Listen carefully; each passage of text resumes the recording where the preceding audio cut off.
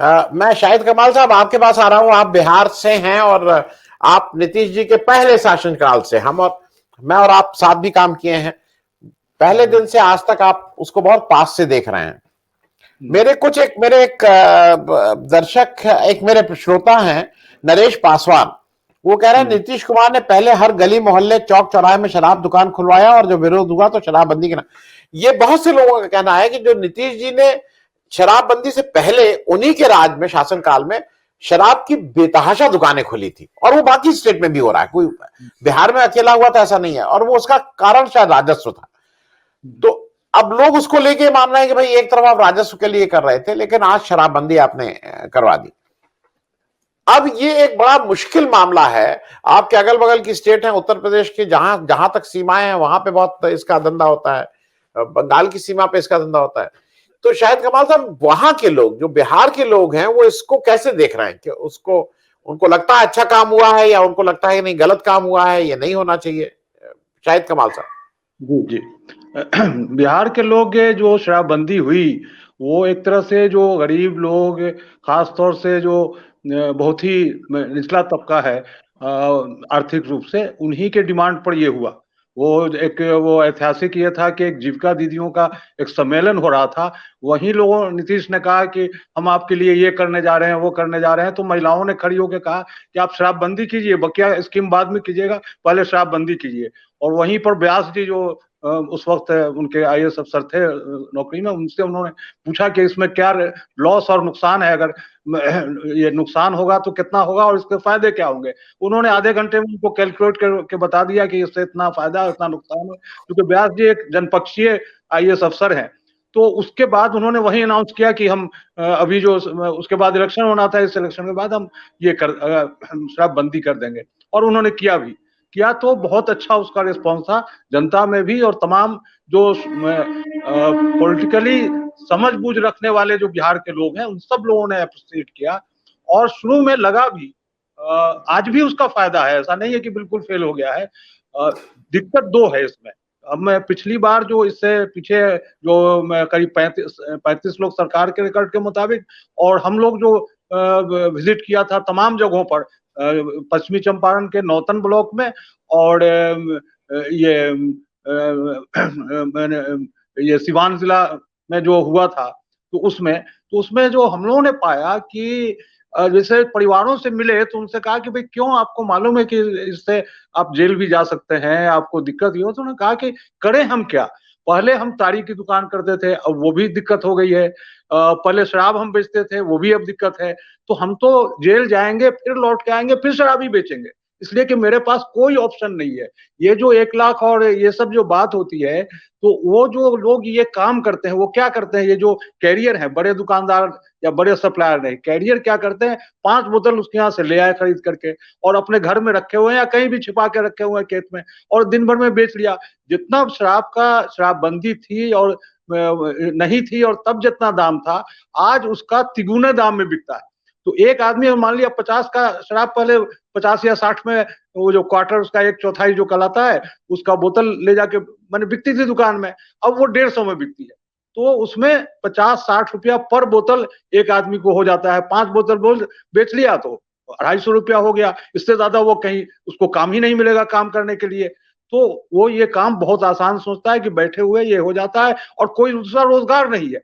तो उन लोगों ने, जिन परिवारों से मिले थे, ज्यादातर दलित परिवार थे, उन सब ने कहा कि हम जेल से, जो मैंने उनकी औरतों से मुलाकात हुई, तो उन लोगों ने कहा कि ये हमारा पति गया है, लेकिन लौट के आएगा तो उसके पास दूसरा काम नहीं, इसलिए फिर वही करेगा, फिर जेल जाएगा, फिर वही काम करेगा।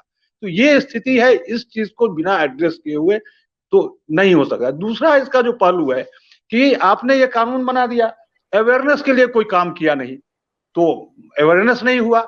और प्रशासन जो है उसको आपने बिल्कुल, प्रशासन, वो नीतीश कुमार कहे या नहीं कहे, या, लेकिन प्रशासन आज जो थाने का एक बड़ा काम है कि जो पकड़ना और उससे फिर माने छोड़ देना, और फिर पकड़ना और छोड़ देना, और उसके बीच में जो कुछ होता है हम सब समझते हैं, वो है। और कई जगह पर फिक्स है, तो फिक्स है तो वहां पकड़ने की जरूरत ही नहीं होती है, वो वैसे ही चलता है। हम लोग उस जो उत्तर प्रदेश का बॉर्डर है, उस पूरे जो वहां पर थाने हैं, सब जगह गए थे, और उन लोगों ने भी दिखाया, उनकी भी मजबूरी है कि ऐसे ऐसे रास्ते लोग ये किए हुए हैं, बनाए हुए हैं कि जब ये करते हैं तो उनको मालूम होता है, दूसरे रास्ते से चले जाते हैं, तीसरे रास्ते से। गाड़ी में ऐसे ऐसे तहखाने बना रखे हैं कार में, ये कि उस इलाके के जो थाना थे, वहां जो गाड़ी में दिखाया थाना इंचार्ज ने हम लोगों को, तो हम लोग तो बिल्कुल आश्चर्य में पड़े कि ऐसे भी गाड़ी के अंदर इस तरह से भी तहखाना बन सकता है। तो ये स्थिति है। तो इसमें है कि एक तो प्रशासन का जो कमजोरी है कि आपके आईजी रैंक तक के लोग इसमें इन्वॉल्व होते हैं, तो आप उसको ढीला किए हुए हैं। और आज नतीजा है कि लॉ एंड ऑर्डर के को छोड़ करके और सारे थाना के लोग जो है वो यही शराब में लगे हुए हैं। कुछ थाने वाले बोलते हैं कि हमारा 60% टाइम जो है वो पकड़ने में, छोड़ने में, इन्हीं सब में लग जाता है। तो जी ये जी स्थिति, जब जी तक दोनों चीजों को नहीं कंट्रोल किया जाएगा कि जो जिन लोगों को आपने किया और उसके रोजगार का नहीं करेंगे, बिहार में भयंकर बेरोजगारी है, ये तो सब लोग जानते ही हैं। तो ये जब जी तक नहीं करेंगे तब तक कुछ नहीं होना, माने इसका कोई जी फायदा नहीं निकलने वाला। फिर भी एक बात और कह दें कि पहले जैसे रोड पर पी करके लोग लुढ़कते थे, दूसरे लोगों को तंग करते थे, आज वो स्थिति नहीं है कि सड़क पर तो कोई नहीं पी सकता है बकिया और जी जो भी शराब का। तो ये इसके कुछ फायदे भी हैं, और जो प्रशासनिक ढिलाई है उसके नुकसान है कि ये इस तरह के शराब आ जाते हैं। जी। मैं एक दो चीजें ऐड कर दूं।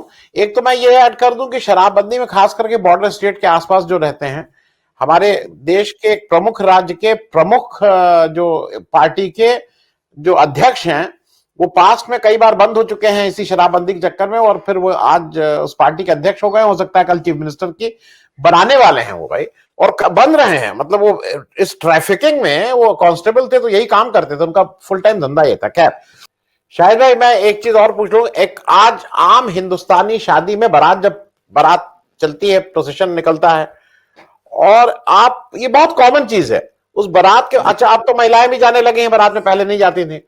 तो बहुत कॉमन साइट है कि बारात में महिलाएं ज्यादा रहती हैं, पुरुष कम। तो समझ में ये आया कि साथ में कुछ कार चलती रहती हैं, उन कार में उसका नाम ही उसका है कारोबार। वो कार में ही बार चलता रहता है, जो कि बिल्कुल निषेध है। और मैं इसलिए इस बात को कह रहा हूं कि अगर एक बार आदमी चाह जाए और एक बार अगर सख्ती कर दे, तो ये सारे कारोबार खत्म हो जाएंगे। अरे भाई आप, लेकिन सारे लोग उस सड़क पे, तो पुरुष लोग जितने हैं वो कारोबार में व्यस्त रहते हैं, बाकी बारात अपना चलती रहती है। और ये मैं रोजमर्रा जो हम और आप देख रहे हैं, हम लोग जितनी भी बात कर लें, चुनाव में अगर डायरेक्ट पैसे देने के अलावा जो दूसरी सबसे ज्यादा चीज प्रभावशाली है वो शराब है।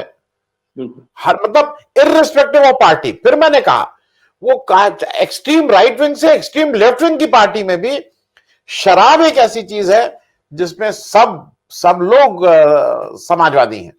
तो इसको भी शायद साहब हम लोग जितनी देर इस पे डिबेट कर लें, लेकिन आइडियली जैसे हमारे कोई एक दर्शक कह रहे हैं कि इसको बंदी कर देना चाहिए, इसको ये खत्म ही हो जाना चाहिए, कोई शराबबंदी नहीं, जहां जिसको पीना है पिए, जिसको नहीं पीना है ना पिए।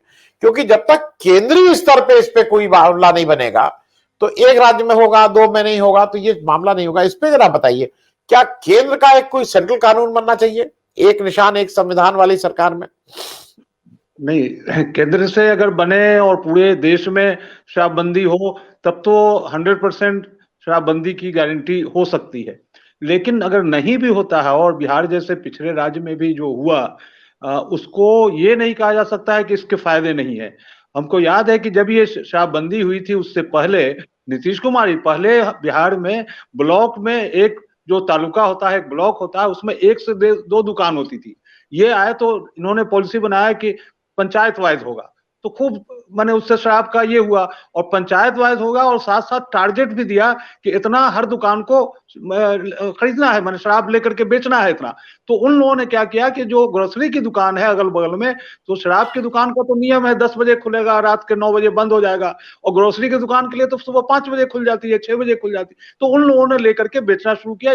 लोग ये समझ रहे थे कि तो सरकार की पॉलिसी है कि ज्यादा से ज्यादा बिके, तो दूसरे दुकानों में बिकेगा तो उसमें क्या है। तो उससे शराब बढ़ा।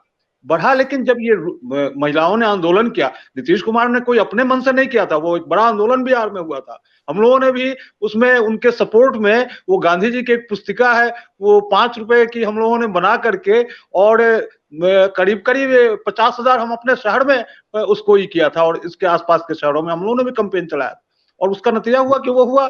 लेकिन प्रशासनिक पहले था कि पुलिस भी ये हो रही थी कि हमारा ये काम है कि कहीं शराब बिक रहा है या कहीं शराब का सप्लायर है तो उसको पकड़े। अब जो है वो उसने देखा कि यही हमारे लिए सबसे अच्छा धंधा है, हम इसमें ज्यादा कमा लेंगे। और वो कमाई ऐसा नहीं है कि थाने तक रह जाता है, वो अगर ऊपर तक जाता है, इसलिए थाने को भी बहुत डर नहीं है। अगर ऊपर तक नहीं जाना होता तो थाने वाले उस तरह से छूट नहीं दे सकते हैं जिस तरह का छूट दिए हुए हैं। बिल्कुल ये है कि वो सब जानते हैं और कई जगह तो कहा जाता है कि थाने वाले को भी लोग फोन करके वो पूछते हैं। लेकिन ये जो शराब का मामला है ये है जो अंग्रेजी शराब जो कहलाता है, हम लोग के यहाँ अंग्रेजी शराब कहलाता है, यानी ये कच्चा शराब नहीं। और ये जो मौत का जो सवाल है वो सब कच्चे शराब से होता है। उसको कहीं हमारे मुजफ्फरपुर में एक किनारा है बूढ़ी गंडक का, उस किनारे में बहुत सारे शराब बनाने के वो हो गए हैं, वो जो है बालू का इलाका है उसमें, और कभी कभी सरकार पकड़ती भी है उसको है। तो ये कच्चे शराब का जो धंधा है वो उसके वजह से लोग मरते हैं।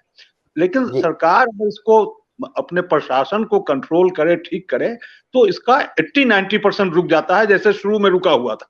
शुरू में भी शुरू हो गया था लेकिन वैसा नहीं हुआ था जैसा अभी हो रहा है। तो एक वो है, और दूसरा कि सरकार को अवेयरनेस तो चलाना ही पड़ेगा, बगैर अवेयरनेस के नहीं होंगे। तीसरी बात है कि सरकार माने इच्छा शक्ति तो उसकी होनी ही चाहिए, और साथ साथ समाज के लोगों को भी कॉन्फिडेंस में लेकर के इस पर अभियान चलाना चाहिए। तो ये अगर चलेगा तभी रुकेगा, वक्या ऐसा नहीं होगा। और एक जो वो हमने पहले भी कहा था कि जो गरीबी का पक्ष है, बिल्कुल जो नीचे हमारे आर्थिक रूप से जो पिछड़ा गरीब तबका है, उसके अगर जीविका का अगर साधन नहीं होगा तो वो किसी भी गलत काम में, केवल शराब में नहीं, वो क्राइम में भी चला जाता है, वो क्राइम का कैरियर बनता है। वो नेपाल से पहले पहले माने शराब जब वाला नहीं था ये धंधा, तो नेपाल से वो स्मगलिंग का काम में सब वो गरीब लोग थे, उनको 100-200 रुपया मिलता था, वो उस पार से इस पार सामान खरीद ला देते थे, मैंने पहुंचा देते थे। तो ये सारा पहलू जुड़ा हुआ है, और सरकार इस पर एक ठीक ढंग से अगर इस पर नीति बना के करेगी काम, तभी होगा। और जिस तरह से नीतीश जी कह रहे हैं वो तरीका तो बिल्कुल लोकतांत्रिक तरीका ही नहीं है कि साहब मरता है तो शराब पिएगा तो मरेगा ही। जिस तरह का ये था वो ठीक है, जैसा शायद रविकांत जी ने कहा या नहीं शशि जी ने कहा कि जो प्रेशर उनको था उस दिन का, वो प्रेशर से वो थोड़ा बौखला करके वो बोले होंगे, लेकिन फिर भी वो नहीं बोलना चाहिए, वो बिल्कुल गलत है, उसको कोई अप्रिशिएट नहीं कर सकता।